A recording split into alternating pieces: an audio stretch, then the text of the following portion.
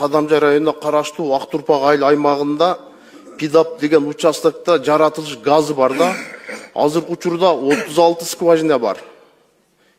Колдонулбай жатат да. Ушуну кантип чечесиздер?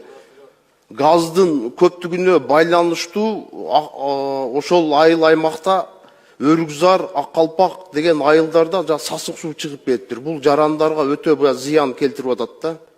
Биз өзүбүздүн элдин, мамлекеттин байлыгын колдонушубуз керек да. Баткен областына барганыңызда командировка, өзүңүз көзүңүз менен көрүп келсеңиз болобу ошол газды? Баткенге барып калсам сөзсүз түрдө барып карап келейин энди. Сиз унутпай ушул жаратылыш газды мына элге, мамлекетке пайдасын тийдириш үчүн өзүңүз бир жеке киришиңиз керек да. Бир топ айылдар мына газсыз отурат.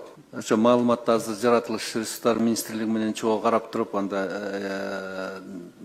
өзүм да барып көрүп келем анда.